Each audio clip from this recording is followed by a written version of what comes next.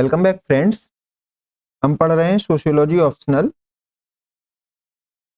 For UPSC CSE through my book sociology demystifying sociology. आज के lecture में हम देखेंगे कैसे non positivism theoretical stands of research methodology में नॉन पॉजिटिविज्म में एंटी पॉजिटिविज्म के अंदर माइक्रो ट्रेडिशन में इंटरेक्शनिज्म फिनोमेनोलॉजी और एथनोमेथोडोलॉजी इस ब्रांच को पूरा करेंगे। इसमें सिंबॉलिक इंटरेक्शनिज्म का जो पार्ट था वो हम प्रीवियस 3 लेक्चर में जीएच मीड जो थिंकर हैं उन लेक्चर्स में कर चुके हैं। हाँ, जो स्टूडेंट्स आज इस लेक्चर में डायरेक्ट आए हुए हैं वो प्रीवियस 3 लेक्चर जरूर रेफर करें, तभी उन्हें इंटरेक्शनिज्म का बैकग्राउंड समझ में आएगा कि इंटरेक्शन से सोसाइटी कैसे बनती है। कुछ स्टूडेंट्स को डाउट था, वो मुझसे क्वेश्चन पूछ रहे हैं कि सर एक और एग्जांपल कुछ दीजिए जिससे कि पता लगे कि कैसे सिंबल्स इंटरेक्शन को जन्म देते हैं और कैसे सिंबल से सोसाइटी बनती है। तो मुझे एक रिसेंट एग्जांपल याद आ रहा है, आप भी इसको रेफर कर सकते हैं।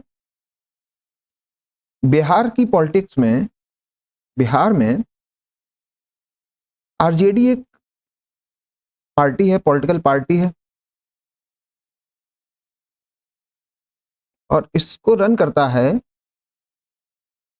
लालू यादव का परिवार, लालू यादव की फैमिली। ठीक है, आपको जैसे पता ही होगा। तो आप यहाँ पे स्ट्रक्चर देख सकते हैं फैमिली का और पॉलिटिकल पार्टी का। अब इसमें कहाँ आता है सिंबल, कहाँ आता है स्ट्रक्चर? रफ पेज लेता हूं तब आपको बताता हूं। चलिए, कुछ दिन पहले वहां के नेता तेज प्रताप यादव की कुछ फोटोज इंटरनेट पर वायरल हो गई। तो ये जो फोटोज हैं इनकी ये इन्होंने किसका काम किया? सिंबल्स का। सिंबल्स थे तो उससे कुछ इंटरेक्शन हुआ लोगों के बीच और इसको लोगों ने एक पर्टिकुलर तरीके से इंटरप्रेट किया। चलिए, इस कारण जो सोशल रियलिटी थी वो चेंज हो गई। तो सोशल डायनेमिज्म देखने को मिला। क्या देखने को मिला? तेज प्रताप यादव जी को जो आरजेडी के पहले नेता भी रहे, एमएलए भी रहे और लालू यादव के बड़े लड़के हैं, तेज प्रताप यादव को फैमिली से बाहर कर दिया गया। ये फैमिली से हटा दिए गए। तो इस एग्जाम्पल में आप देखेंगे कि कैसे सिंबल्स ने सोशल स्ट्रक्चर को खत्म कर दिया। ऐसे ही जिस प्रकार से सिंबल्स की वजह से सोशल स्ट्रक्चर्स होते हैं, उसी प्रकार सिंबल्स की वजह से सोशल स्ट्रक्चर हट भी सकते हैं। बस ये मुझे आपको बताना था। अब आप शायद समझ गए हो कि कैसे सिंबल एक इंटरेक्शन क्रिएट करते हैं और उसको एक खास तरीके से इंटरप्रेट किया जाता है सोसाइटी में और फिर उसके कारण सोशल डायनेमिज्म होता है और सोशल डायनेमिज्म में हम बहुत सारे स्ट्रक्चर बनते देखते हैं और बहुत सारे सोशल स्ट्रक्चर टूटते देखते हैं। तो इसका एक रिसेंट एग्जांपल था कि हमने देखा इनकी फेसबुक पे कुछ फोटो वायरल हुई और ये फोटोज ने उन सिंबल्स का काम किया जिससे इनकी फैमिली का जो स्ट्रक्चर था इंडिविजुअल लेवल पर वो टूट गया और तेज प्रताप यादव जी को फैमिली से और पार्टी से, इवन पार्टी से भी, पॉलिटिकल पार्टी से भी बाहर का रास्ता दिखा दिया गया। तो आप समझ सकते हैं सिंबल्स कितने इंपॉर्टेंट होते हैं और इसको 1900 के दौर में जीएच मीड लिख गए थे। आज हम बस इसका प्रैक्टिकल एप्लीकेशन देख पा रहे हैं। तो ये रही बात सिंबलिक इंटरेक्शन थ्योरी की। इसको हम कंप्लीटली प्रीवियस 3 लेक्चर में पूरा कर चुके हैं। आज बस इसका जिस्ट देखेंगे क्योंकि टॉपिक हम लोग पहले यहाँ पे कवर कर रहे थे, यहाँ पे भी मैंने बुक में लिख रखा है इसको, तो इसको भी एक बार पढ़ लेते हैं जल्दी जल्दी। हाँ, प्रीवियस जो भी लेक्चर में हमने पढ़ा एक बार फिर से रिवाइज करते हैं। जो कुछ नए स्टूडेंट्स आ गए उनके लिए हमने देखा कैसे सिंबल जो होते हैं उनको खास तरीके से इंटरेक्शन में यूज किया जाता है, ठीक है, उनको इंटरप्रेट भी खास तरीके से किया जाता है,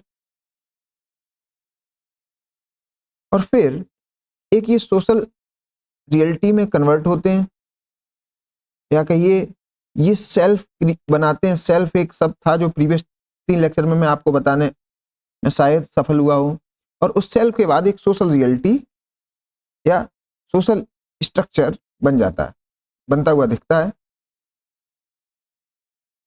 और ये जो इंटरेक्शन और इंटरप्रिटेशन होता है ये शेयर्ड होता है, मीन्स कुछ लोगों में ये कॉमन अंडरस्टैंडिंग हो जाती है। बस इतना जिस्ट है ये सिंबॉलिक इंटरेक्शनिज्म का, जो हम प्रीवियस 3 लेक्चर में पढ़े हैं। चलिए आज देखते हैं। आज हम मेनली देखेंगे फिनोमेनोलॉजी, और कल के लेक्चर में देखेंगे एथनोमेथोडोलॉजी। तो फिनोमेनोलॉजी पढ़ने से पहले आज हम थोड़ा सा बैकग्राउंड देखते हैं सिंबॉलिक इंटरेक्शन थ्योरी का।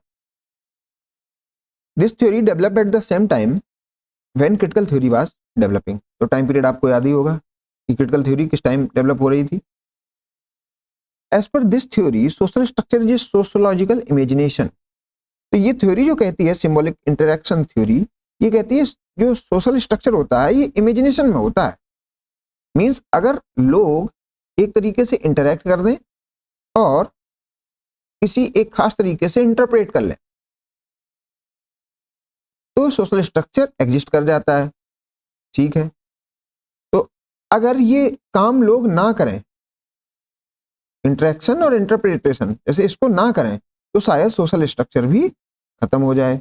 ये कहते हैं सिंबॉलिक इंटरेक्शनिस्ट।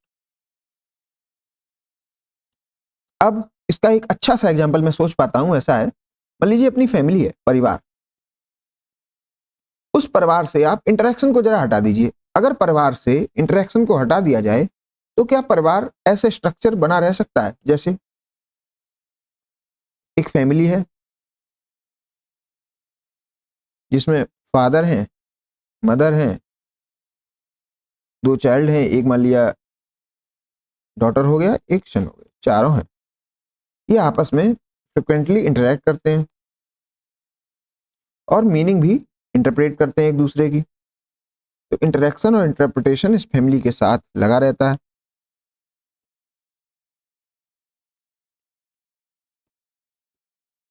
इंटरप्रिटेशन। लेकिन मान लिया एक दिन चारों लोग बैठे और ये कहा आपस में अब बात नहीं ही करनी है, तो ये बात नहीं करेगा आपस में, ये काम को बंद कर दिया, कोई इंटरेक्शन इंटरप्रिटेशन नहीं। तो आप बताइए क्या फैमिली एग्जिस्ट कर पाएगी?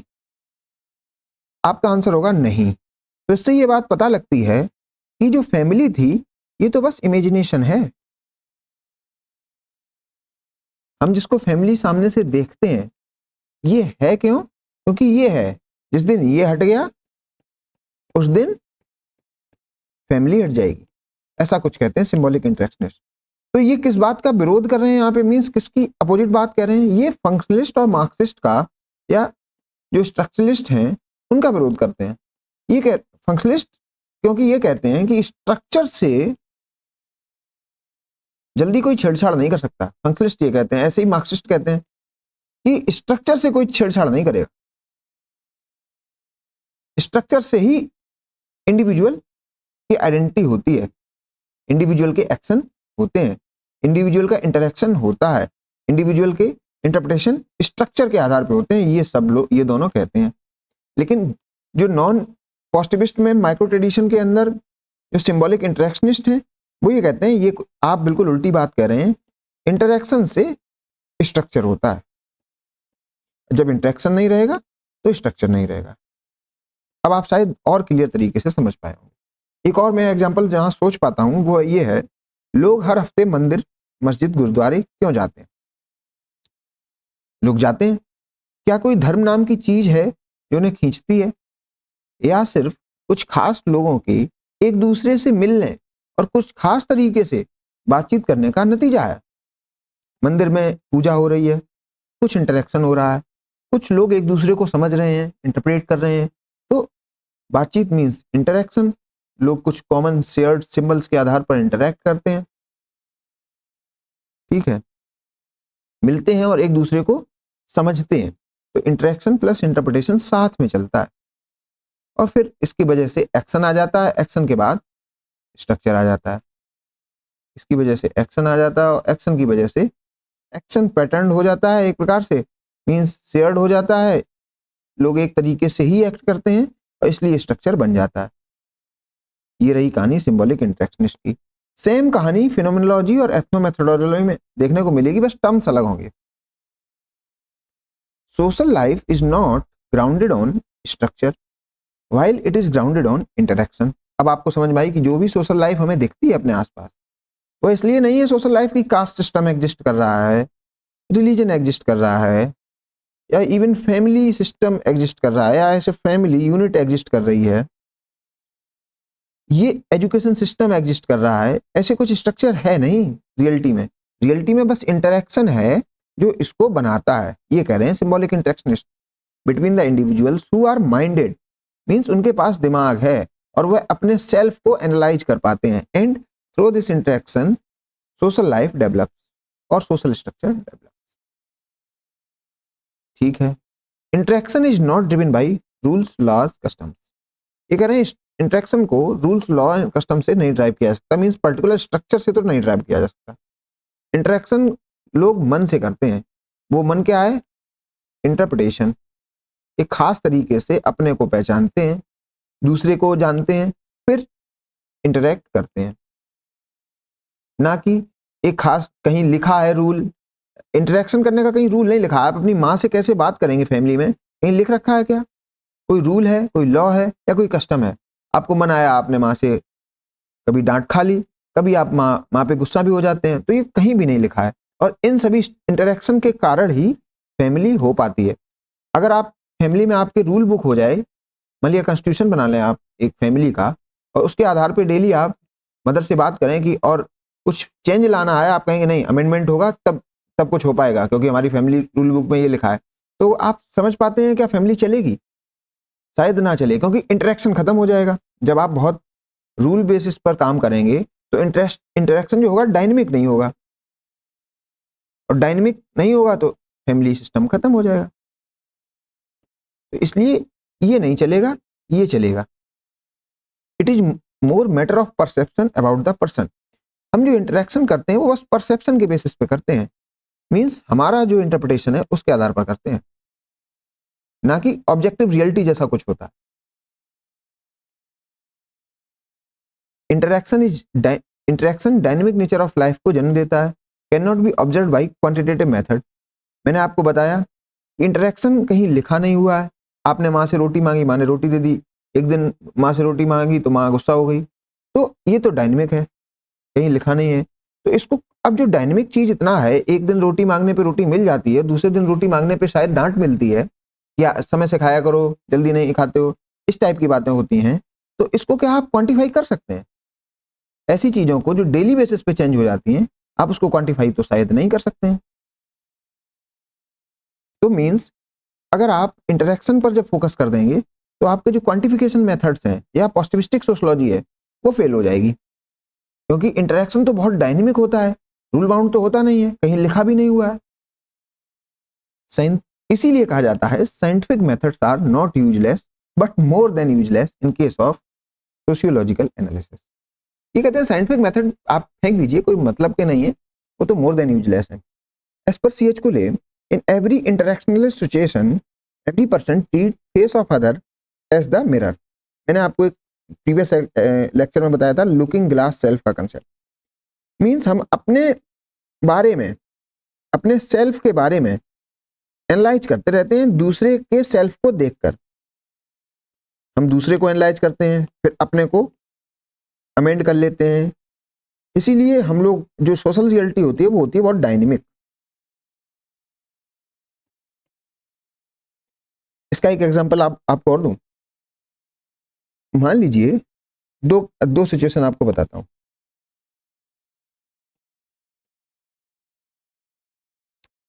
एक आप हैं स्टूडेंट, मान लीजिए स्टूडेंट, और आपके सामने आप कार से जा रहे हैं, आपकी कार है, वो कार में पीछे से टक्कर लगती है। एक किसकी लगती है? आपके जिले का DM है। और दूसरा किसकी लगती है? जो आपके घर में या बहुत गरीब आदमी की साइकिल से टक्कर लग जाती है कार में, गरीब की साइकिल, ठीक है, साइकिल, ठीक है, और ये आप कार से जा रहे हैं और डीएम जो आपके हैं वो भी कार से हैं, और गलती क्या है, पीछे से इन्होंने टक्कर मार दी, ठीक है, एक केस केस बनी हो गया, और केस 2 ये हो गया। चलिए अब आप मुझे बताइए केस 2 में आप क्या करेंगे? आप शायद इसको बहुत डांटें, शायद आप इससे हर्जाना मांगने की भी बात करें, हो सकता है, मे बी एक पॉसिबिलिटी। और केस 1 में क्योंकि आप जानते हैं ये डीएम साहब हैं, तो आप कहेंगे कुछ नहीं सर, गलती हो जाती है, सबसे हो जाती है, चलिए कोई बात नहीं, आप शायद हर्जाना मांगने की बात ही ना करें।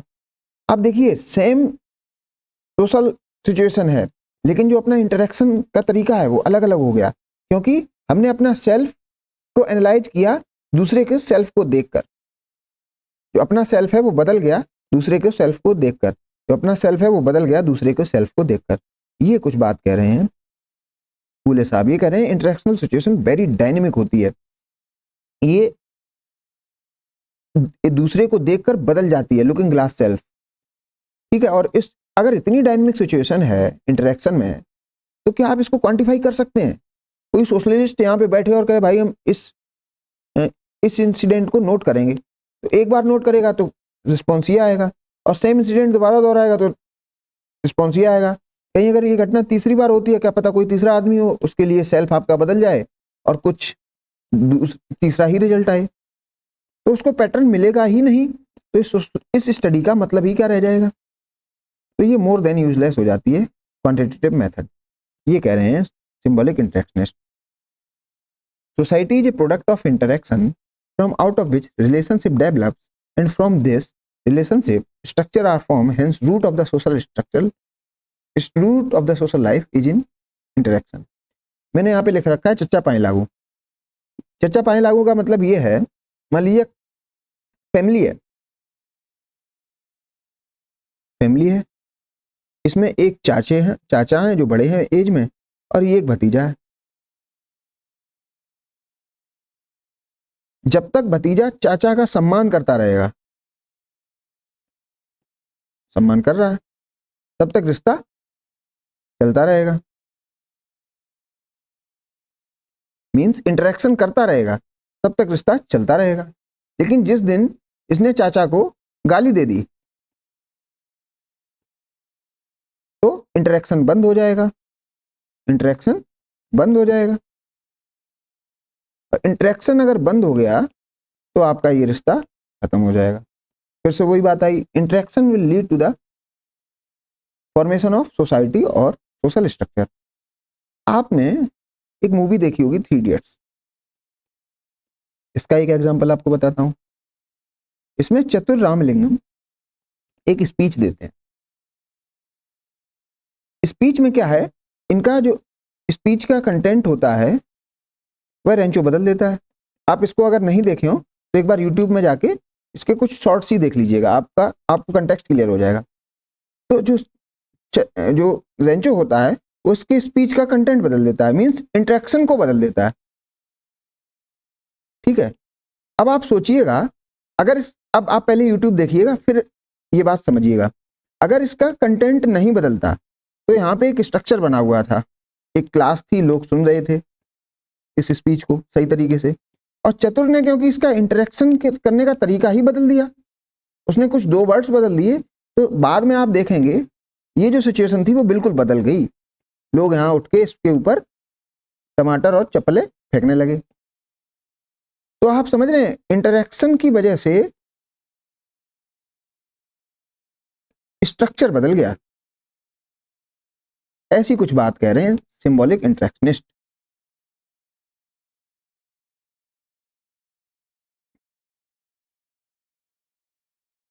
Since interactions are very dynamic, dynamic कैसे होते हैं?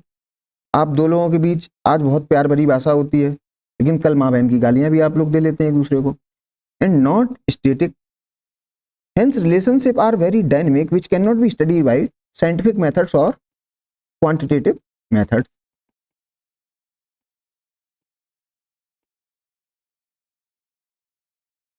GH मीट क्या कहते हैं? He tells that society is a product of role playing and role taking. मैंने ये दोनों कीवर्ड्स आपको प्रीवियस लेक्चर में बहुत अच्छे से बताए हैं। आप अगर ये समझ में ना आ रहा हो तो आप प्रीवियस लेक्चर जरूर रेफर करें। Childhood socialization is the foundation to take roles in adulthood, ये भी मैंने आपको बात पिछले लेक्चर में बताई। Mind is the storehouse of information, ये भी बात मैंने बताई कि कैसे सेल्फ होता है, कैसे आई और मी होता है, इसमें कैसे माइंड आ जाता है और कैसे यहाँ पे इंफॉर्मेशन आ जाती है, और इंफॉर्मेशन के आधार पर ही इंटरेक्शन होता है, जो किस बेसिस पर होता है? Shared knowledge of symbols, shared symbols, और इसी इंटरेक्शन के कारण सोसाइटी एग्जिस्ट करती है। ये मैंने प्रीवियस लेक्चर में पूरी आपको कर्व और चार्ट बनाते हुए बताया था।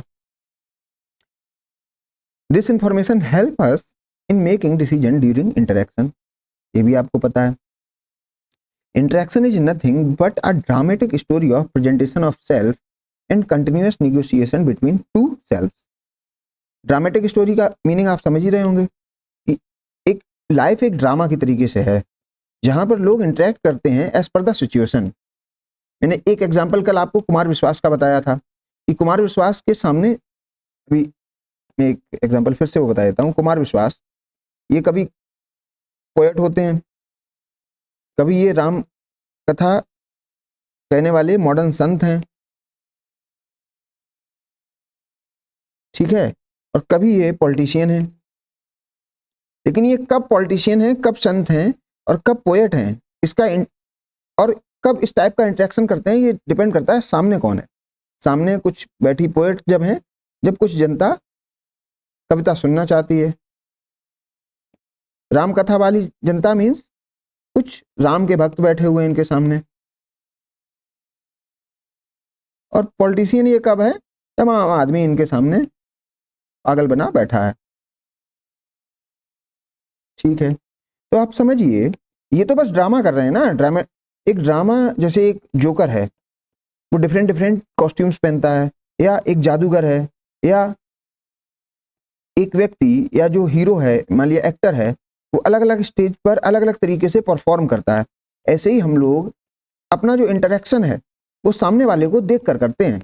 सामने वाले का सेल्फ पढ़ते हैं, अपना सेल्फ देखते हैं, तब हम लोग इंटरेक्ट करते हैं। जैसे कि हमने यहाँ पे किया, ये ड्रामा ही तो हुआ, और क्या हुआ? मीन्स हमने सामने वाले को रीड किया तो अपना तरीका बदल लिया, अगर सामने वाले को रीड किया फिर अपना तरीका बदल लिया।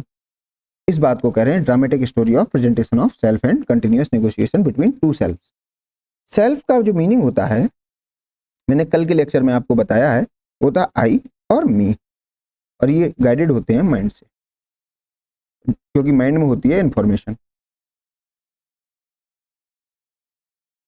चलिए, ये तो बैकग्राउंड था जो हम कल पढ़ चुके थे, बस आज रिविजिट कर रहे थे इसको, इससे कि आपका रिवीजन अच्छी तरीके से हो जाए। As in representation of self everything is very dynamic and nothing is fixed. देखिए, डायनेमिक, नथिंग इज फिक्स्ड, और स्ट्रक्चरलिस्ट क्या कहते हैं? एवरीथिंग इज फिक्स्ड, ऐसा कुछ कहते हैं। Hence no sphere of society can be scientifically observed. तो आप समझिए इनका यही स्टैंड है, ये कहेंगे सोसाइटी बहुत डायनेमिक है और ये इंटरेक्शन से बनती है, ठीक है। इनका जो मेन पॉइंट यही है कि इंटरेक्शन से ही सोसाइटी बनती है, और इसको ही ये प्रूव करेंगे। प्रूव किससे? फिनोमेनोलॉजी और एथनोमेथोडोलॉजी से। बात यही होगी, बस कुछ नए की टर्म्स होंगे, ठीक है।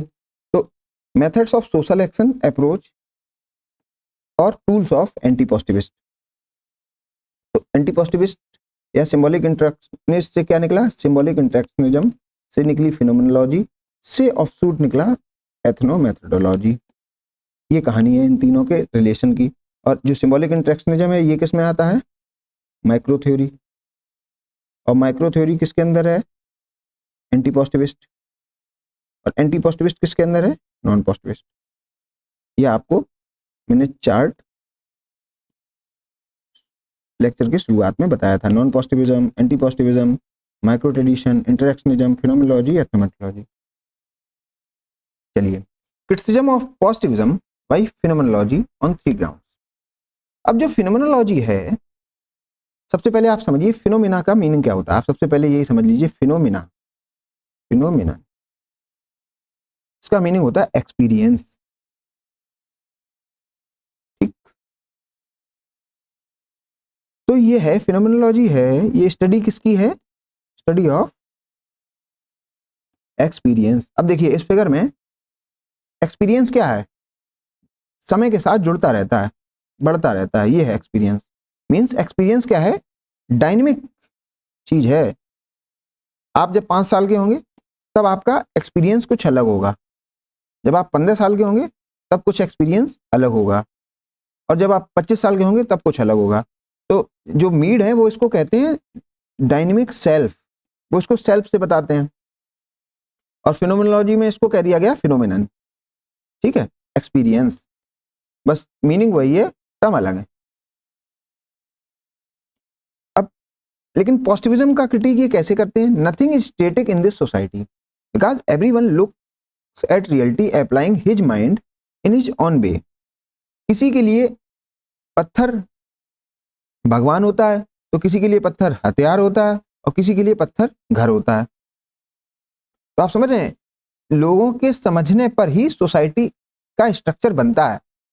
तो और दूसरा, लोगों की समझ भी एक्सपीरियंस के आधार पर चेंज होती रहती है, इसी वजह से सोसाइटी भी चेंज होती रहती है। जो बात आपके मीड कर रहे थे, लगभग वैसी ही बात फिनोमेनोलॉजी पॉजिटिविज्म के क्रिटिक में कह रही है। बैकग्राउंड लगभग वही है। Social world is not static, ये डायनेमिक है, क्योंकि एक्सपीरियंस डायनेमिक है तो सोशल वर्ल्ड भी डायनेमिक होगा। It is created, dismantled and recreated regularly. जैसे जैसे हम लोगों के साथ इंटरेक्ट करते हैं तो कुछ नया क्रिएट करते हैं, फिर लोगों के बारे में कुछ और जानते हैं, उनके बारे में कुछ समझते हैं, उनके सेल्फ को अंडरस्टैंड करते हैं, तो उनका जो प्रीवियस सेल्फ होता है उसके बारे में हम कुछ इन्फॉर्मेशन डिलीट भी कर देते हैं। यार ये आदमी बहुत खराब था, मैं तो उसको अच्छा समझता था, तो डिसमेंटल्ड होती है। और फिर उसके बाद डिसमेंटल करके फिर उसकी एक नई छवि बना लेते हैं। अब एक और अच्छा इसका एग्जाम्पल, कल तक जो कांग्रेस में थे आज वो भाजपा का झंडा पकड़ लिए हैं। आप एग्जाम्पल ले सकते हैं ज्योतिरादित्य सिंधिया। तो अगर इंडिविजुअलिस्टिक लेवल पर आप एक्सपीरियंस करेंगे फिनोमेना को, तो आप देखेंगे कि स्टैटिक कुछ भी नहीं है, सब कुछ बदलता रहता है। इट इज नॉट साइंस और logic, rather it is common sense that regulates our everyday life. ये कह रहे हैं क्योंकि इतना ज्यादा सब कुछ डायनेमिक है, और डायनेमिक चीज को आप डेटा से तो मेजर कर ही नहीं सकते हैं, डेटा से कैप्चर ही नहीं कर सकते हैं, डेटा से तो कैप्चर होगा नहीं। तो ये कहते हैं अगर डायनेमिक चीज है, इसको कैप्चर करने का तरीका क्या है कि इसका ऑरिजिन पे चले जाओ। ऑरिजिन क्या है? ऑरिजिन है आदमी का कॉमन सेंस से ही तो वो एक्सपीरियंस कर पा रहा है फिनोमेना को, कॉमन सेंस। तो फिनोमेनोलॉजी ये कहती है कि आप लोगों के कॉमन सेंस को स्टडी करें, ना कि डेटा बेटा में चक्कर में पड़ जाएं। आप कॉमन सेंस जब स्टडी कर जाएंगे तो उनके आप एक्सपीरियंस को स्टडी कर लेंगे, और जब आप उनके एक्सपीरियंस को जान जाएंगे तो आप जान जाएंगे डायनेमिक सोशल रियलिटी के बारे में, और डायनेमिक सोशल रियलिटी के बारे में जान जाएंगे तो आप जान जाएंगे सोशल स्ट्रक्चर के बारे में। आप समझ पाए आप इसका relation? Phenomenology says that common sense is not sociological nonsense, rather it is essence of sociology. अब समझिए, पॉजिटिविस्ट हैं वो कॉमन सेंस को कहते हैं सोशियोलॉजिकल नॉनसेंस, जबकि फिनोमेनोलॉजी ये कहती है यही एसेंस ऑफ सोशियोलॉजी है। मैं इसका एक और अच्छा एग्जांपल आपको देता हूं, आल्दो ये एग्जांपल डर्कहाइम की स्टडी में दिया जाता है, मैं अभी यहीं पे देते रहूंगा।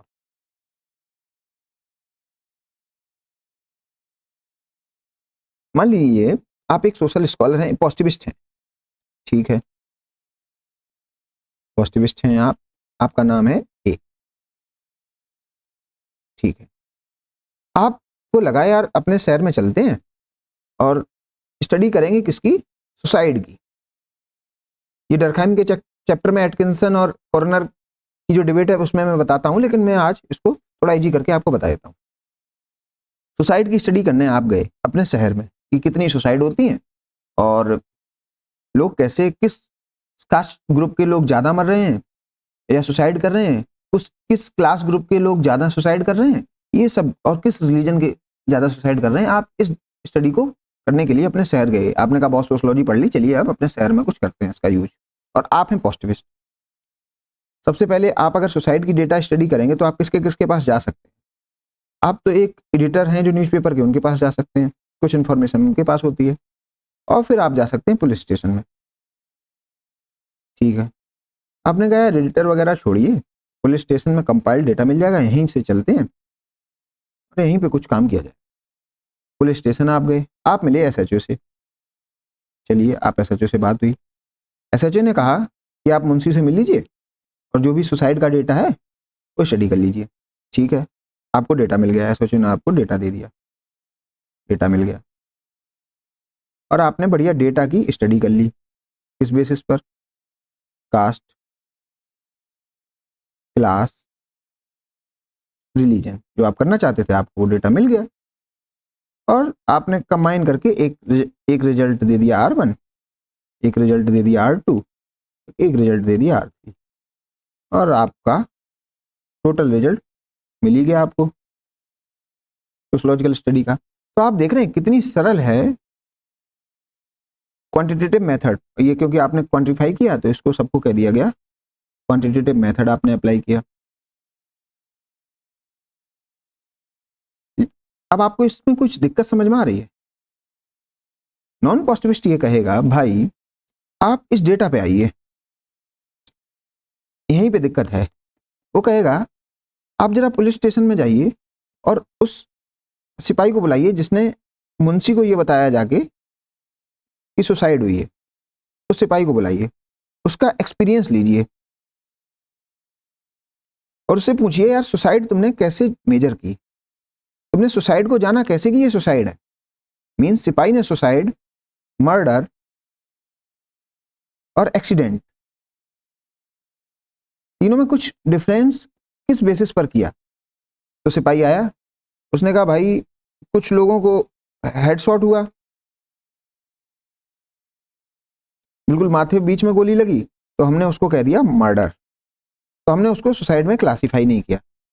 ओके, उसने कहा एक्सीडेंट, हमने उनको कह दिया, मान लिया ट्रेन से कटी डेड बॉडी मिली, उसको हमें लगा एक्सीडेंट कहना ही सही रहेगा और उनके परिवार वालों ने भी यही कह दिया, तो ट्रेन एक्सीडेंट को इन्होंने एक्सीडेंट में काउंट कर दिया। ठीक है, और कुछ सुसाइड्स ऐसी थी जो हमें समझ में आई कि जो रस्सी से हुई या रोप से पंखे में लटक गए लोग, वो सुसाइड समझ में आई, हमने उसको सुसाइड कह दिया। अब जो नॉन पॉजिटिविस्ट है वो इनसे काउंटर क्वेश्चन करेगा सिपाही जी से, ये कहेगा भाई ये बताइए कुछ फैमिलीज ऐसी होती है, मान लिया एक ब्राह्मण फैमिली है, उसमें एक डेथ हुई थी और वो भी रोप से, लोग बता रहे हैं रोप से उनके घर में डेथ हो गई थी बंद के, तो आपने उसको क्या कहा? सुसाइड कहा, मर्डर कहा, एक्सीडेंट कहा। तो सिपाही ये कहेगा मेरे पास कोई रिपोर्ट लिखाने आया नहीं और उनकी फैमिली से भी कोई नहीं आया, तो ये तो हमने कहीं लिखा ही नहीं। ठीक, मीन्स कुछ डेथ्स ऐसी होंगी जो अनआइडेंटिफाइड हो गई। चलिए ये भी बात सही, क्योंकि कुछ फैमिलीज ऐसी होती हैं उनके घर में सुसाइड हो जाए तो वो डेड बॉडी को जल्दी निपटा देते हैं कि पता ना लगे समाज में, तो कुछ तो अनआइडेंटिफाइड डेथ रही होंगी। तो अब इस डेटा को आप देखिए और ये जो नॉन पॉजिटिविस्ट होगा वो सिपाही से लगातार क्वेश्चन करता रहेगा। चलिए आपने ये कह दिया कि ट्रेन एक्सीडेंट था, ट्रेन से कटी हुई डेड बॉडी मिली तो वो एक्सीडेंट है, जबकि हो ये भी सकता है, क्या पता वह व्यक्ति ने सुसाइड किया हो ट्रेन के सामने, आपने तो उसको एक्सीडेंट कह दिया। ठीक, हेडशॉट क्या पता किसी ने खुद ही मारी हो, वो भी सुसाइड हो सकती है, आपने उसको मर्डर में कैसे क्लासिफाई कर दिया। दूसरा, रोप से पंखे पे लटका के तो कोई दूसरे को भी मर्डर कर सकता है, तो जो आप सुसाइड समझ रहे हैं वो मर्डर हो सकता है। मीन्स आपके डेटा के क्लासिफिकेशन में दिक्कत है, ये कहेगा नॉन पॉजिटिविस्ट। चलिए ये बात सुन ली उसकी, मानने लायक बात है कि क्लासिफिकेशन में एक प्रॉब्लम है। तो नॉन पॉजिटिविस्ट क्या कहेगा, इसका सॉल्यूशन क्या है? वो ये कहेगा आप कुछ ना करिए, आप बस स्टडी इतनी करिए, इस चीज को तो कतई ना करिए। नॉन पॉजिटिविस्ट ये कहेगा आपने ये जो किया है इसको मत करिए, डेटा के आगे मत जाइए, डेटा के पीछे चलिए। डेटा कहां से निकला हुआ है उधर चलिए, डेटा निकला हुआ है पीपल से, यार डेटा तो इन्हीं से है ना, पर्सन से है, उनके इंटरेक्शन से है, उन्हीं से डेटा है, उन्हीं के पास चलिए, वही असली बात बताएंगे। तो वो जाएगा सिपाही के पास और सिपाही से बस ये पूछेगा आपने एक्सीडेंट को कैसे देखा, आपने मर्डर को कैसे देखा और सुसाइड को कैसे देखा। और इन कॉमन सेंसिकल बातों से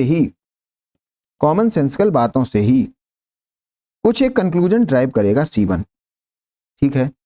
फिर वो जाएगा उस गांव में जहां जहां ये उसे लगा कि डेथ्स हुई हैं, और वहां से कुछ लोगों को पकड़ेगा, उनसे पूछेगा क्यों भाई वहां पे क्या हुआ, तो लोग बताएंगे कुछ नहीं वो डेथ थी, कुछ बताएंगे कि नहीं वो मर्डर था, फिर एक कंक्लूजन ड्राइव करेगा।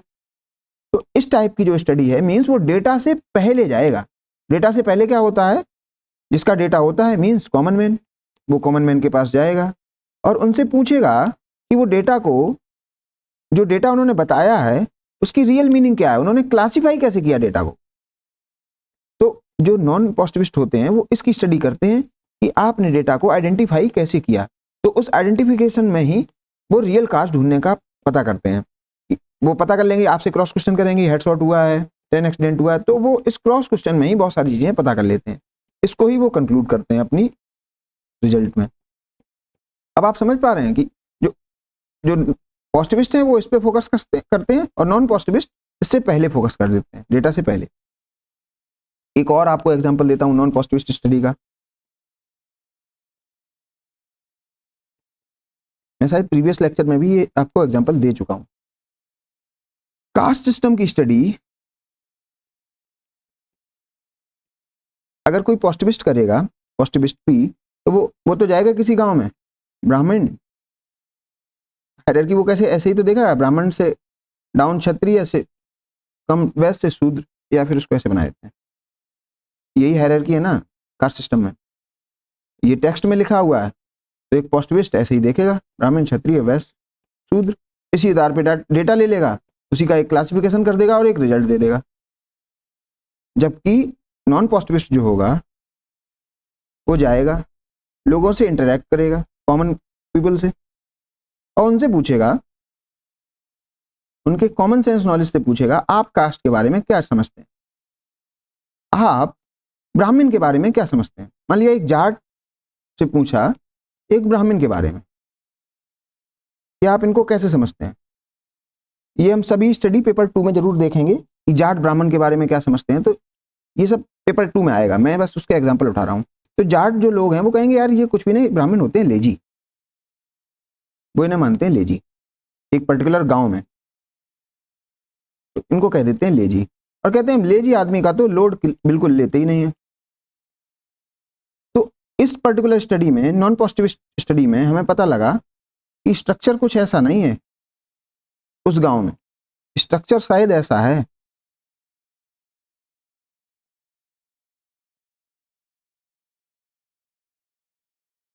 तो टेक्स्ट में तो ये दिख जाता है, लेकिन कंटेक्स्ट में ये दिख जाता है, कॉमन सेंस में ये दिख जाता है। तो आप बताइए उस गांव की सोशियोलॉजिकल स्टडी में ये ज्यादा रिलीवेंट है या ये ज्यादा relevant, means non positivist sociology ज्यादा रिलीवेंट है या पॉजिटिविस्ट सोशियोलॉजी ज्यादा रिलीवेंट, आप मुझे बताइए, और कौन सी ट्रुथ के ज्यादा पास।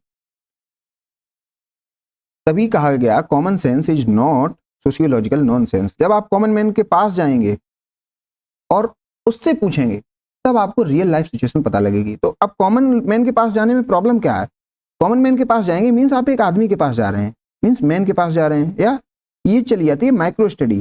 तो माइक्रो स्टडी में दिक्कत क्या है, कितनी ज्यादा स्टडी करी जाए, मीन्स एक गाँव में, मान लिया एक गाँव को अगर माइक्रो यूनिट माना जाए तो गाँव की स्टडी कर ली जाए, गाँव के अंदर मोहल्ले में चले जाएं, मोहल्ले के लेवल पे कर लें, वो भी माइक्रो कही जाएगी, माइक्रो के अंदर माइक्रो, मोहल्ले के अंदर परिवार की स्टडी कर लें वो भी माइक्रो हो गई, परिवार के अंदर इंडिविजुअल की स्टडी कर लें वो भी माइक्रो कर ली जाएगी। तो माइक्रो स्टडी तो बहुत ज़्यादा कॉम्प्लेक्स हो जाएगी, बस ये प्रॉब्लम है इस नॉन पॉजिटिविस्ट सोशल रिसर्च में। तो कॉमन सेंस में हमें क्या देखना है, फिनोमिना, फिनोमिना में क्या एवरीडे एक्सपीरियंस देखना है, मीन्स अगर कोई डेथ हुई है तो लोकल के लोग, वहां के कॉमन लोग हैं वो क्या कह रहे हैं, ना कि थाने का रिकॉर्ड क्या कह रहा है, ये देखेंगे non positivist sociologist, particularly phenomenologist. वो कहेंगे एवरीडे एक्सपीरियंस देखिए आप बेस्ड ऑन कॉमन सेंस। तो वो क्या रीड करते हैं नॉन फिनोमिनोलॉजिस्ट, वो बात करते हैं लव, हैप्पीनेस, पावर, रिलीजन, इन सब पे बात करते हैं, लेकिन from the perspective of common man or common sense.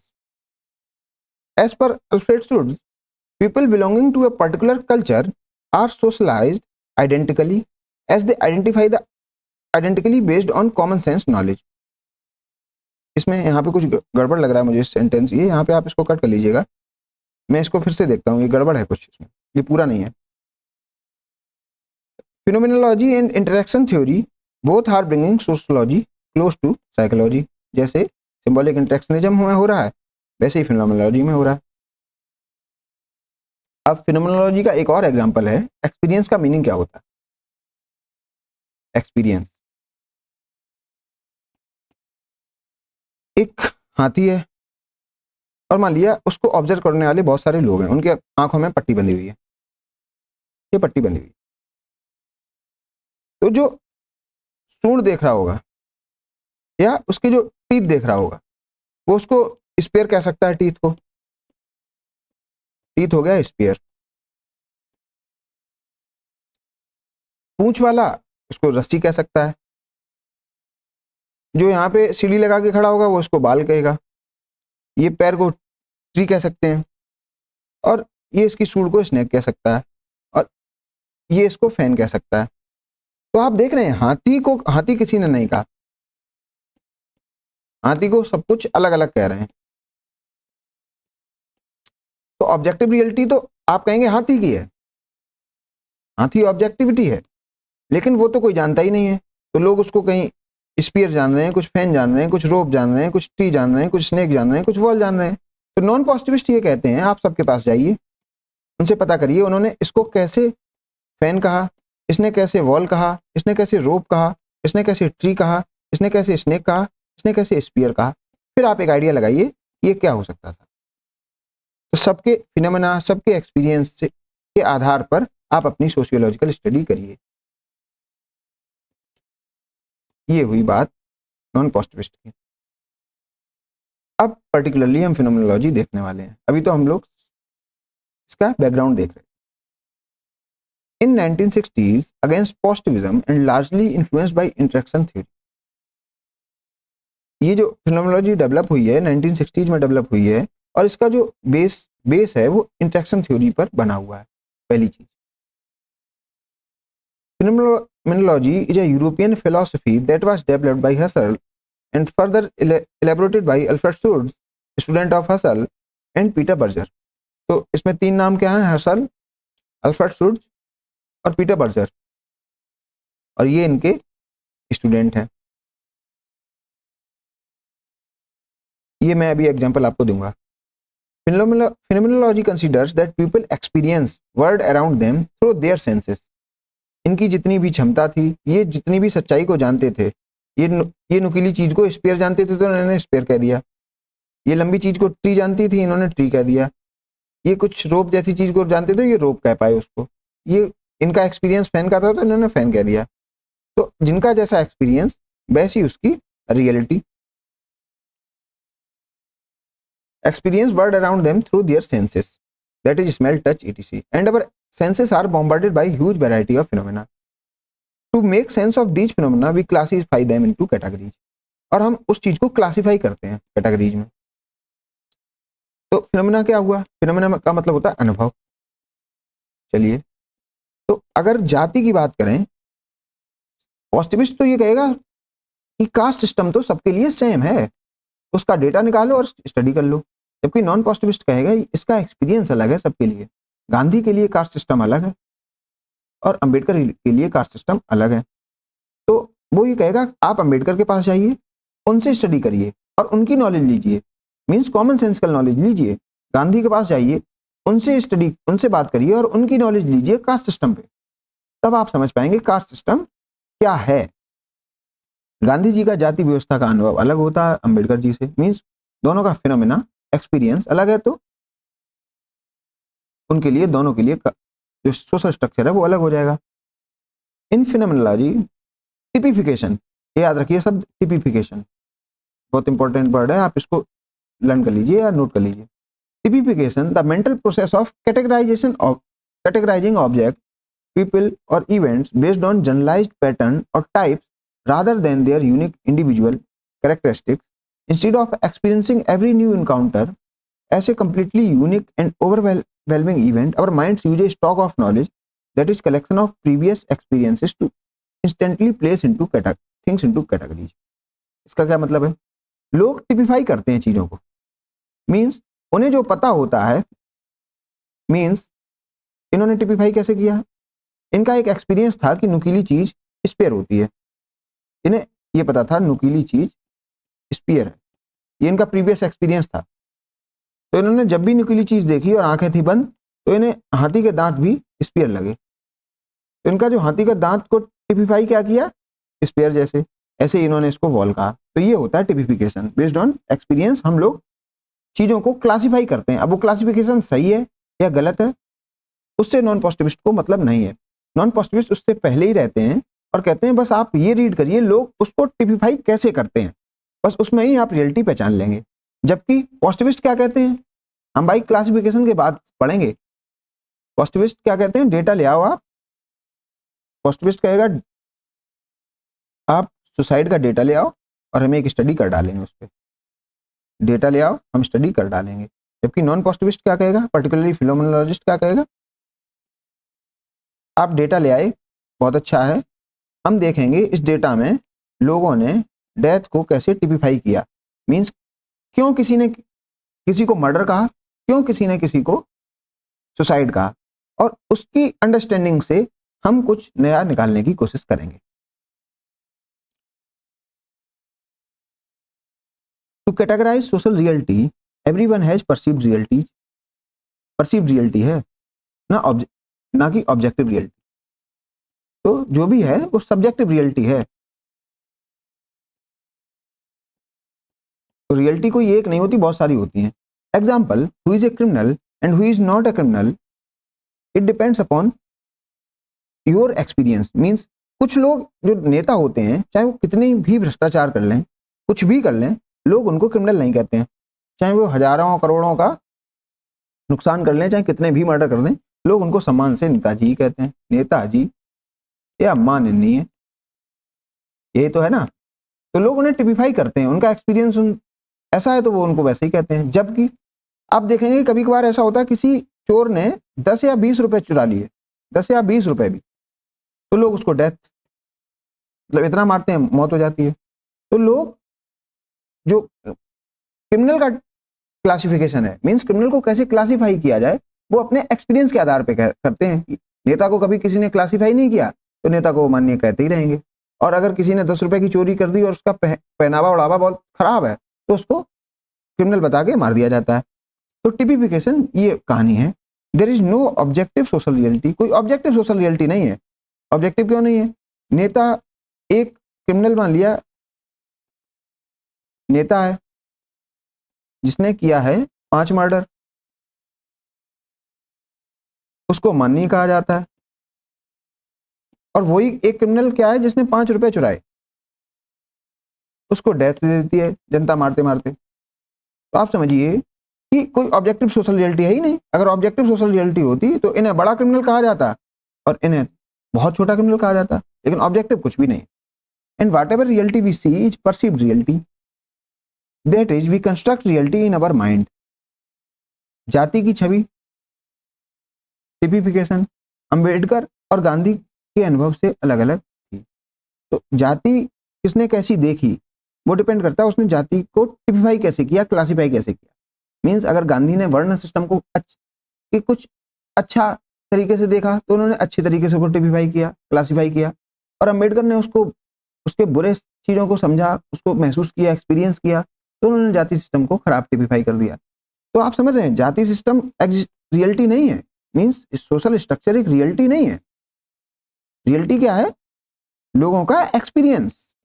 आप अब बात समझे क्या कहना चाहते हैं? मीन्स जो फिनोमेनोलॉजिस्ट ये कहते हैं कि एक्सपीरियंस के कारण ही सोशल स्ट्रक्चर है।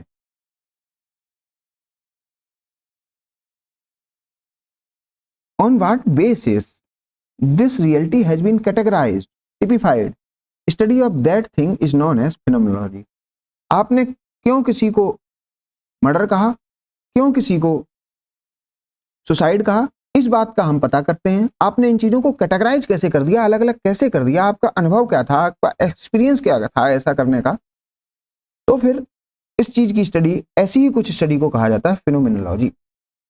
ये पता करना है कि अगर किसी ने डेथ को सुसाइड कहा है तो किसी ने मर्डर और किसी ने नेचुरल डेथ, तो ये लोग ये सब किस बेसिस पर कर रहे हैं, वो ऐसा क्यों सोच रहे हैं, मीन्स उनके हम एक्सपीरियंस को स्टडी कर रहे हैं, एक्सपीरियंस ऑफ क्लासिफिकेशन और typification. Phenomenology is not concern with causal explanation of human behaviour. ये कुछ ये नहीं कहता है कि अगर सुसाइड हुई है तो वो हुई है पॉवर्टी के कारण, ऐसा कुछ भी कंक्लूजन नहीं निकालता है दो सोशल फैक्ट्स में। वो मेनली इंटरेक्शन और फिनोमेनोलॉजी तो पर्टिकुलरली एक्सपीरियंस को ही स्टडी करते हैं कि आपका एक्सपीरियंस क्या था जिस वजह से आपने चीजों को ऐसे क्लासिफाई किया। टू फिनोमेनोलॉजिस्ट लाइक शुड्स बर्जर लुकबान, इसका जो एक एक्रोनिम है SBL, ये बड़ी होम्योपैथी की कंपनी है, ऐसे आप समझ सकते हैं। SBL means phenomenologist. It is impossible to measure objectively any aspect of human behaviour. ये कह रहे हैं ह्यूमन बिहेवियर को आप कभी ऑब्जेक्टिवली तो मेजर कर ही नहीं सकते हैं। क्यों नहीं कर सकते हैं? ये बोल रहे हैं आप किसी ह्यूमन को स्टडी करिएगा, उसका एक डेटा निकल के आएगा, उस डेटा के क्लासिफिकेशन में कुछ ना कुछ प्रॉब्लम होगी ही होगी। क्यों होगी? क्या पता वो डेटा सही से आया ही ना हो, या डेटा को क्लासिफाई करने वाला जो व्यक्ति है वो ही सही से नहीं क्लासिफाई कर रहा हो, उसके कुछ प्री कंसीव्ड नोशंस हों। तो इसलिए डेटा के क्लासिफिकेशन से पहले चलिए और लोगों का एक्सपीरियंस रीड करिए, जिस बेसिस पर उन्होंने वो डेटा क्लासिफाई किया, बस उसी में आप सच्चाई समझ जाएंगे। ये कहना है फिनोमेनोलॉजिस्ट का। For instance some actions are defined as criminal acts and other are not. 5 रुपए की चोरी क्रिमिनल एक्ट, और पूरे देश का धन लूट लेना कोई चर्चा नहीं, वो हो गए माननीय। तो ये तो भाई टिपिफिकेशन पे डिपेंड करता है, लोग कैसे किसको समझते हैं। अब मान लीजिए आप कोई पॉजिटिविस्ट बिठाएं तो वो 5 रुपए की चोरी को तो डेटा में ले जाएगा, और पता लगा हजारों करोड़ का जो डाका डाले हुए नेता बैठे हैं उसको डेटा में उठाएगा नहीं, क्योंकि उसको कोई क्रिमिनल कह ही नहीं रहा है। तो इसीलिए उस डेटा पे भरोसा ना करिए, उससे पहले चलिए कि लोग कैसे नेता को क्रिमिनल नहीं मान रहे हैं, उसको माननीय मान रहे हैं, और एक 5 रुपए की चोरी करने वाले को क्रिमिनल मान रहे हैं। Similarly some people are defined as criminals and other are law abiding. क्यों किसी को क्रिमिनल कहा जाता है, क्यों किसी को लॉ अबाइडिंग कहा जाता है? जनता क्यों किसी को क्रिमिनल मानती है? कॉमन सेंस क्यों किसी को क्रिमिनल कहता है? कॉमन सेंस क्यों किसी को लॉ अबाइडिंग कहता है? This process of categorization is subjective. ये कैटेगराइजेशन हर पर्सन का अलग अलग होता है, तो पर्सन टू पर्सन आपको स्टडी करनी पड़ेगी। हर पर्सन का फिनोमेना या एक्सपीरियंस स्टडी करिए, तभी आप इस कैटेगराइजेशन को समझ पाएंगे। It depends upon the opinions of the observer. It also, और कर दीजिएगा, इट आल्सो डिपेंड। अब ये बताते हैं क्यों पॉजिटिविस्ट जो हैं वो गलत हैं, उनकी रिसर्च क्यों बेकार होती है। Statistics is simply the product of opinions. ये तो ओपिनियन जो जैसे डेटा क्लासिफाई जो कर रहा है या डेटा जो बता रहा है, उसके सामने जो डेटा आ रहा है वो तो ओपिनियन बेस्ड डेटा है, और वो ओपिनियन गलत भी हो सकता है, सही भी हो सकता है। Opinion of those who produce them. जैसे क्राइम का जो डेटा है वो तो पुलिस एंड कोर्ट का डेटा हमेशा अलग होता है। तो क्राइम एज पर पुलिस और एज पर कोर्ट अलग अलग माना जाता है। तो आप समझिए उसी क्राइम को पुलिस कुछ और कह रही है, उसी क्राइम को कोर्ट कुछ अलग कह रहा है। तो कैसे आप इस डेटा को स्टडी सही से कर सकते हैं, ये कहना है नॉन पॉजिटिविस्ट का। They represent no more than the individual involve and their biases. If sociologist produce their own statics, ये कहते हैं मान लीजिए आप कहीं से डेटा ना उठाइए, आप पुलिस स्टेशन से डेटा ना उठाइए, और सोशोलॉजिस्ट खुद ही डेटा उठा ले। मान लिया कोई पॉजिटिविस्ट बहुत 30 मार खान है और वो कहता है मैं डेटा खुद ही स्टडी करूंगा, तो फिर भी नॉन पॉजिटिविस्ट ये कह रहे हैं कि आपका डेटा फिर भी गलत होगा। क्यों गलत होगा? These are two result of subjective opinion of sociologist. ये कह रहे हैं जो सोशोलॉजिस्ट की कुछ वैल्यूज होंगी। मान लिया अगर वो सोशोलॉजिस्ट महिला है, मान लिया, ठीक है, महिला है, तो क्या पता वो डेटा क्लासिफाई करते वक्त महिलाओं को कुछ छूट दे दे, उनकी जो गलतियां हैं उनको उसमें लिखे ही ना, उनकी जो बातें हैं उनको निगलेक्ट कर दे। ये कह रहे हैं आपकी वैल्यूज उसमें आ जाएंगी, आपकी वैल्यू डेटा को डिस्टॉर्ट कर देंगे। जैसे example data collection may be on caste, caste पर डेटा कलेक्ट हो रहा है। एक दलित एक्टिविस्ट अगर कास्ट पे डेटा कलेक्ट करेगा या दलित पॉजिटिविस्ट कास्ट पे डेटा कलेक्ट करेगा, वो अलग तरीके से करेगा। जेंडर पे डेटा फेमिनिस्ट के द्वारा अलग तरीके से होगा और जो फेमिनिस्ट नहीं है उसके द्वारा अलग तरीके से होगा। रिलीजन का डेटा अगर मान लिया थियोलॉजिस्ट है कोई, मान लिया रिलीजन के प्रति बहुत समर्पित है, तो वो रिलीजन का डेटा जो भी स्टडी करेगा या क्लासिफाई करेगा उसमें वो चीज़ें निकालने की कोशिश करेगा जहाँ रिलीजन गलत दिख रहा है, क्योंकि भाई रिलीजन को वैल्यू करता है। तो इसी बात को उठा रहे हैं नॉन पॉजिटिविस्ट, वो कह रहे हैं आपका डेटा सही होगा ही नहीं क्योंकि आपकी वैल्यूज आ जाएंगी उस डेटा के बीच में। तो ये कह रहे हैं डेटा के बाद की कहानी तो सब बेकार ही है, इस पे तो फोकस ही मत करिए, डेटा के पहले चलिए, उसमें क्या है फिनोमेना, एक्सपीरियंस पे चलिए, जहां से डेटा आया उसको स्टडी कर लेते हैं तो हम रियलिटी की तरफ कुछ अलाइन हो पाएंगे। Phenomenologists believe that it is impossible to produce factual data and therefore it is impossible to produce and check causal explanation। आप causal explanation ना करिए क्योंकि factual data तो होता ही नहीं है। The most any sociologist can do is that it can understand the meaning or experience at the individual give to particular social phenomena from which social reality is constituted। तो आप एक particular individual के पास जाइए, उसका experience study करिए। Phenomenologists do not try to establish what causes crime।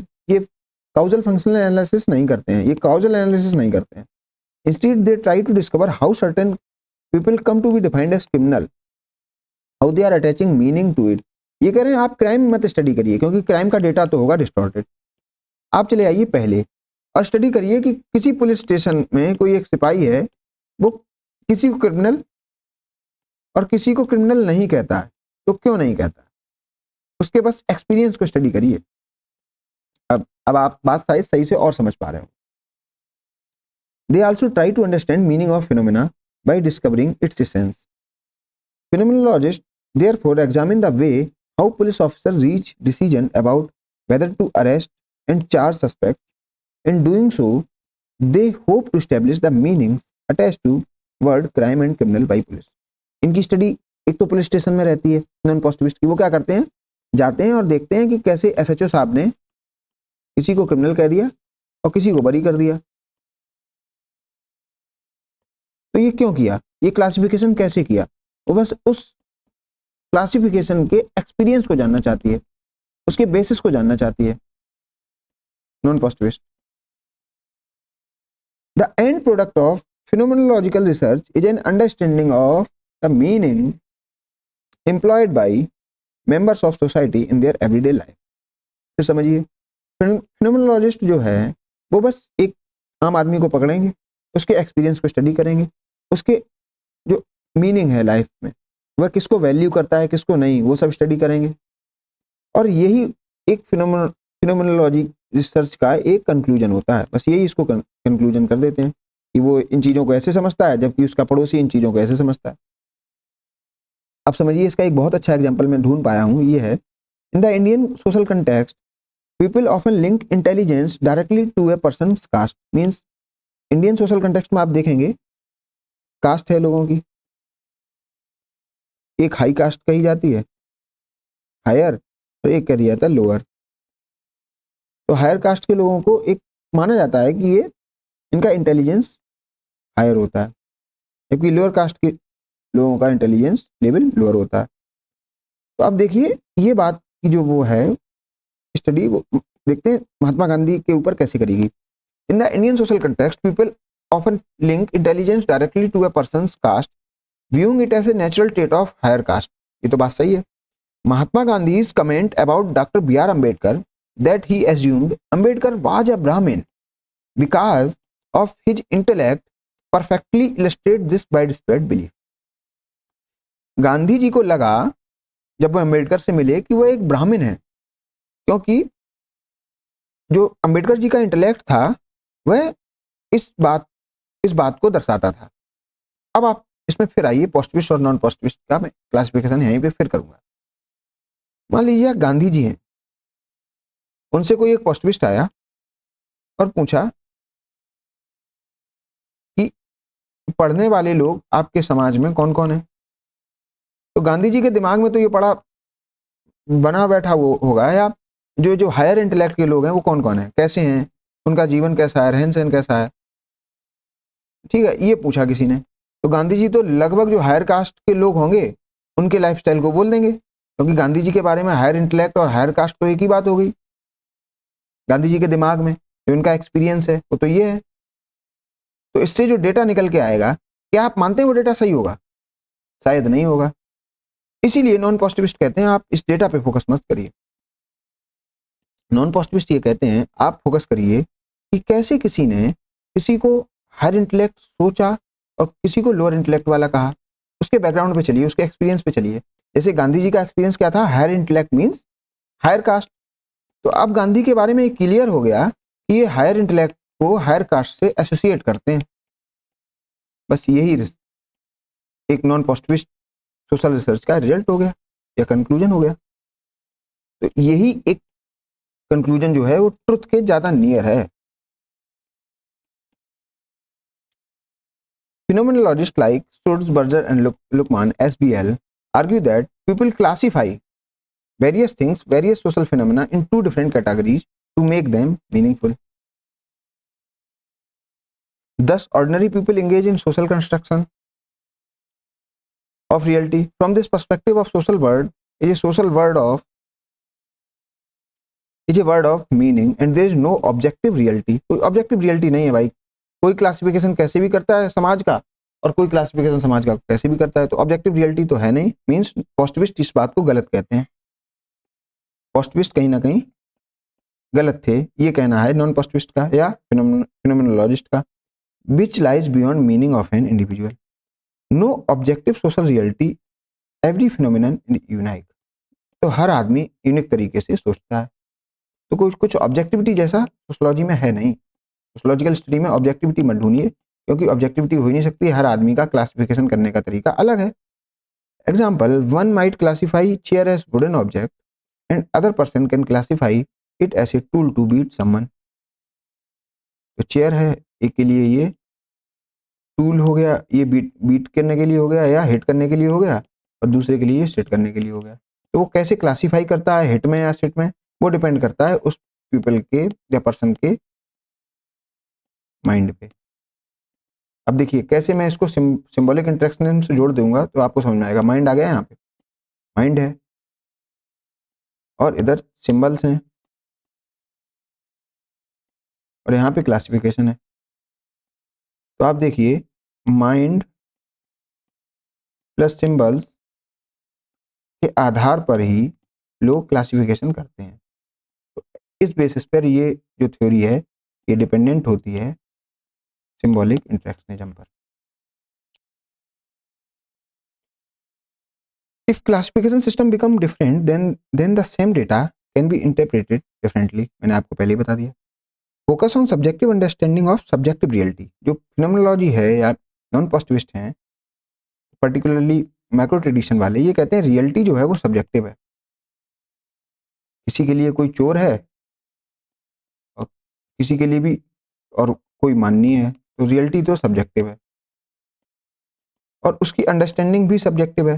कोई sociologist जाएगा, कोई डेटा के बेसिस पर कर देगा स्टडी, कोई सोशोलॉजिस्ट वैल्यू लगा देगा कहीं अपनी। तो अंडरस्टैंडिंग भी सब्जेक्टिव है और रियलिटी भी सब्जेक्टिव है। तो ट्रुथ हमेशा सब्जेक्टिव होगा, तो ऑब्जेक्टिव ट्रुथ भी नहीं मिलेगा। ये कहना है नॉन पॉजिटिविस्ट में, पर्टिकुलरली माइक्रो ट्रेडिशन वाले होगा। While positivist says objective understanding of objective reality based on data of suicide collected by coroner। मैंने जो आपको यहाँ पे एग्जांपल दिया था ये वाला, ये पर्टिकुलरली ऐसा ही कुछ एग्जांपल जो है उस सुसाइड का डेटा जो क्लासिफिकेशन किया गया कॉरोनर के द्वारा, इस पे जो स्टडी करी गई सुसाइड की पॉजिटिविस्ट के द्वारा, वो थे डरखाइम। उन्होंने एक रिजल्ट दे दिया, इसको हम पढ़ेंगे जब हम डरखाइम का चैप्टर पढ़ रहे होंगे। और इस पे जो क्वेश्चनिंग की गई डेटा की, वो की गई एक नॉन पॉजिटिविस्ट थे जो थे एथनोमेथोडोलॉजिस्ट, वो थे एटकिंसन। एटकिंसन ने ये क्वेश्चन करे और फिर इस पूरी स्टडी को उन्होंने गलत बता दिया। ये कहा इसकी कोई ज़रूरत ही नहीं है, आप बस इसका क्लासिफिकेशन को स्टडी करिए, लोग किस एक्सपीरियंस के बेसिस पे इसको क्लासीफाई कर पा रहे हैं। ये कहा था एटकिंसन ने। Based on data of suicide collected by corner, data collect किया था कॉर्नर ने। From police station and various other government institution. Durkheim gave positivistic analysis, Durkheim ने उसी डेटा के बेसिस पर एक पॉजिटिविस्टिक एनालिसिस प्रेजेंट कर दी सुसाइड की, और जबकि उसी डेटा के बेसिस पर एटकिंसन ने कहा gave non positivist analysis of suicide. Atkinson ने नॉन पॉजिटिविस्ट एनालिसिस दी, और उस एनालिसिस में एटकिंसन ने कहा क्या, उन्होंने बस इतना कहा आपकी जो सुसाइड का डेटा है वो गलत क्लासीफाई किया गया, गलत तरीके से क्लासिफिकेशन है, तो आप इसको जो रिजल्ट दिए हैं वो गलत है, ये कह दिया था एटकिंसन ने। Atkinson tried to understand the suicide by investigating how coroner distinguished it from the other type of death। तो एटकिंसन ने फोकस किस चीज पे किया, एटकिंसन ने फोकस किया कि जो डेटा कलेक्शन वाला व्यक्ति था, मींस कॉरोनर थे, उन्होंने कैसे किस कुछ डेथ्स को मर्डर कहा, कैसे कुछ डेथ को सुसाइड कहा, कैसे किसी डेथ को एक्सीडेंट कहा। ये जो स्टडी थी वो की गई एटकिंसन के द्वारा, जो थे एक non positivist, particularly ethnomethodologist. In contrast to positivism, which argues that sociology must function as a natural science by studying objective social facts and dismissing common sense as unscientific nonsense।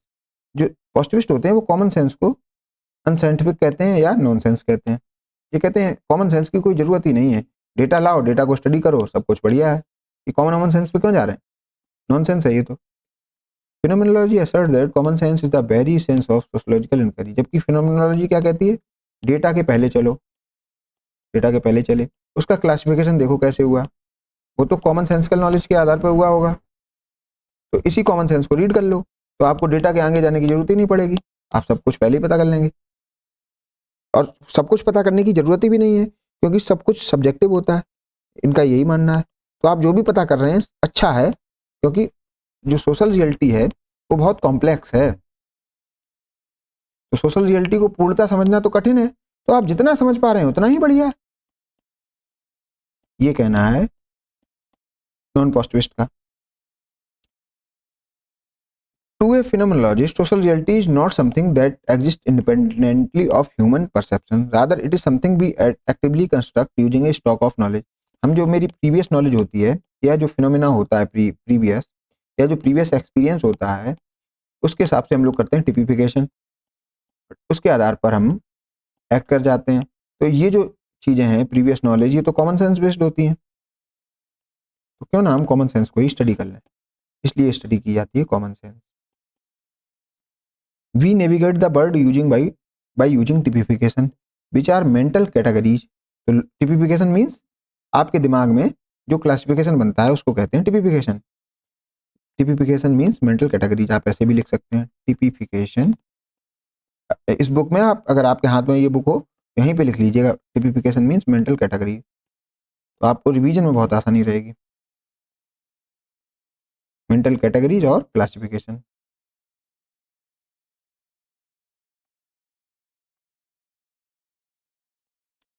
That allow us to make sense of our understanding, make sense of our surrounding and the behavior of others। For example, when we see a red round object in a grocery store, we do not need a laboratory test to identify it। We use our common sense to identify to instantly typify it as a tomato। आपने एक supermarket में गए, आपने कोई एक गोल round object देखा, और जो रेड था, और जो थोड़ा पल्पी था, रेड पल्पी राउंड, ठीक है, तो आपने इससे एक चीज टिपिफाई की, इसको क्लासिफाई किया कैसे, टोमेटो। आपका एक्सपीरियंस इसको टोमेटो कहता है, तो आपने टोमेटो में क्लासिफाई कर लिया और आप इसको लेके चले आए। ये अगर आपकी ये नॉन पॉजिटिविस्ट एनालिसिस ना होती, इस चीज की नॉन पॉजिटिविस्ट थिंकिंग ना होती इसके पीछे, तो आप इसकी जगह क्या करते, आपने ये रेड पल्पी राउंड चीज देखी, आप इसको जाते लैब में लेके, इसकी डेटाबेस स्टडी करते, इसके न्यूट्रिएंट स्टडी करते, इसमें एनर्जी और कैलोरी देखते, फिर इसको मैच कराते जो टोमेटो के एग्जिस्टिंग न्यूट्रिएंट और एनर्जी हैं, फिर हम कहते हैं हाँ ये टोमेटो है। तो आप बताइए कौन सी चीज, कौन सी स्टडी सही है और कौन सी स्टडी ट्रुथ के ज़्यादा पास है और शॉर्ट है, तो शायद ये है। तो ऐसे ही फिनोमेनोलॉजिस्ट कहते हैं आप बस एक्सपीरियंस स्टडी करिए, इस एक्सपीरियंस पर आपने रेड पल्पी राउंड ऑब्जेक्ट को टोमेटो कह दिया, उस अगर उसको स्टडी करेंगे तो आप कुछ ना कुछ अंडरस्टैंडिंग करेंगे और सब्जेक्टिव अंडरस्टैंडिंग आपको पता लग जाएगी, सब्जेक्टिव रियलिटी आपको पता लग जाएगी। This shared understanding, common understanding is what allows social life to function smoothly as we assume others are using the same categories we are. Phenomenology faded due to its pure subjective nature and inability to deliver concrete concepts. Some contemporary sociologists criticize it for nothing more than mere common sense and very narrow, moreover very speculative in nature. ये इसका critic है phenomenology का। Critic में क्या है कि ये पहले तो बहुत सब्जेक्टिव है, मीन्स हर आदमी के सेंस को रीड करना है, कॉमन सेंस को मेनली, कॉमन मैन के सेंस को रीड करना है यहाँ पे। तो सेंस तो रीड करना है किसका? कॉमन मैन का। तो कितने कॉमन मैन है पूरे विश्व में, या अगर इंडिया की स्टडी करें तो इंडिया में, तो और हर आदमी की सोच अलग अलग है, ठीक है, तो हर आदमी अलग अलग तरीके से चीजों को टिपिफाई करता है। तो इतना सब्जेक्टिव है, आप उसके आधार पे कोई रिजल्ट तो डिलीवर कर ही नहीं पाएंगे। Some contemporary socialists criticize it for nothing more than mere common sense. ये कह रहे हैं कुछ भी नहीं, कॉमन सेंस ही कॉमन सेंस है और बहुत नैरो है। नैरो मीन्स आप बहुत ज्यादा लगा सकते हैं एक फैमिली पर, बहुत बहुत ज्यादा लगाएंगे एक विलेज पर लगा सकते हैं, विलेज की स्टडी इस पे कर सकते हैं, इससे ज्यादा नहीं। अगर आपको पूरे इंडिया की स्टडी करनी है और आपसे कह दिया जाए आप नॉन पॉजिटिविस्ट एनालिसिस करिए, तो क्या आप कर पाएंगे? More over very speculative in nature. Speculative क्यों है? क्योंकि ये कहते हैं डायनेमिक सोशल रियलिटी होती है, तो ये जो स्पेकुलेशन है ये खुद ही मान लेते हैं, प्रोबेबिलिटी मान के ही चलते हैं कि ट्रुथ जो है वो सब्जेक्टिव है। तो ये जो स्पेकुलेटिव नेचर है इसका तो इनहेरेंट है, ये मेजर एक क्रिटिक है।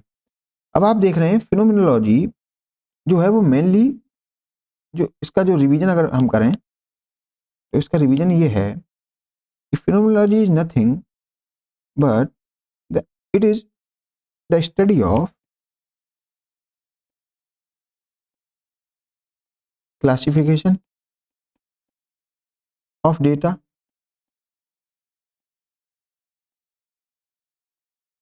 मीन्स टिपिफिकेशन लोग कैसे करते हैं उसकी स्टडी है। वो लोग कौन है? कॉमन मैन है। तो कॉमन मैन के पास होता क्या है? कॉमन सेंस होता है। कॉमन सेंस के बेस पर लोग क्या कर रहे हैं? टिपिफिकेशन, और इसी की स्टडी होती है फिनोमिनोलॉजी।